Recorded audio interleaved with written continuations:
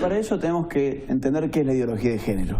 Estamos hablando de la ideología de género y no hemos dicho bien qué es. La ideología de género es un conjunto de ideas anticientíficas que con propósitos políticos desarraigan a la sexualidad humana de su realidad natural y explican la sexualidad humana sencillamente por la cultura. ¿Esto qué significa? Bueno, que ahora la variable significativa a la hora de explicar la sexualidad humana pasa a ser las relaciones culturales, pasa a ser la sociedad, la cultura, la construcción cultural, como se dice. Y obviamente el antídoto hacia esa opresión es la autopercepción. Yo me libero de esta sociedad que me obligó a ser hombre, vestirme como hombre, tener el pelo como hombre, autopercibiéndome, por ejemplo, como una mujer. O, ¿por qué no, por ejemplo, autopercibiendo como un gatito? Que es algo que ya existe en Europa, se llama transespecie. O, ¿por qué no, autopercibiéndome como un nene de 6 años? Que también existe. Bueno, eso es más común. Pero eso ya está pasando en Europa. Por ejemplo, en Canadá. En Canadá ya hay un caso de un señor de 56 años que se autopercibe como una nenita de 5 años o de 6 años, usa ropita de mujer, babero, qué sé yo. Hace 10 años este señor, la sociedad hubiese dicho, pobre señor, debe tener algún tipo de problema.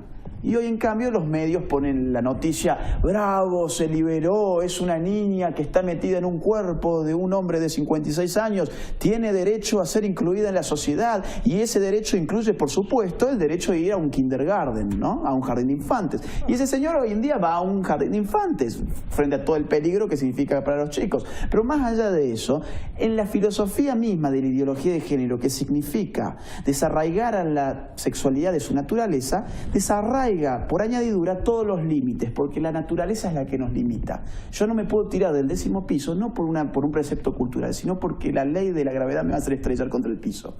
Si decimos que la sexualidad humana no es naturaleza, sino cultura, decimos que la sexualidad humana no tiene ningún límite. Entonces, ¿qué pasa? Aparece toda esta pluralidad de géneros, que en muchos países ya se reconoce, por ejemplo, el género de la pedosexualidad. ¿Qué es la pedosexualidad? Bueno, el género que tiene su orientación hacia los niños. El sexo intergeneracional es la nueva forma, conforme a la ideología de género, de llamar a la pedofilia. En algunos otros países anglosajones le llamarán boy lovers, child lovers, los que aman a los niños. Son lindos motes para conductas no tan lindas. En Holanda, por ejemplo, los movimientos feministas apoyan con solicitadas públicas a los pedófilos de Holanda. En Holanda, en el año 2006, nació ya el primer partido que solamente pide la pedofilia. Toda su plataforma política es un ítem, la legalización de la pedofilia. En Holanda también, por ejemplo, ya hay sexólogos que están pidiendo que el Estado sea el que produzca la pornografía infantil. Una de las feministas más famosas de España en este momento, que es Lola Pérez, si no me creen, por favor búsquenla por Twitter, tienen que tener estómago para seguirla por Twitter, porque se van a encontrar con tweets como, por ejemplo, el siguiente. Ella se pregunta por Twitter, ¿qué tiene de malo, por ejemplo, querer tener relaciones sexuales con un bebé muerto? Y claro, ¿qué tiene de malo si la sexualidad queda librada al arbitrio de la cultura? Ninguno. Tendría algo de malo si hay algo de natural en nuestra sexualidad, que es precisamente con lo que barre la ideología de género.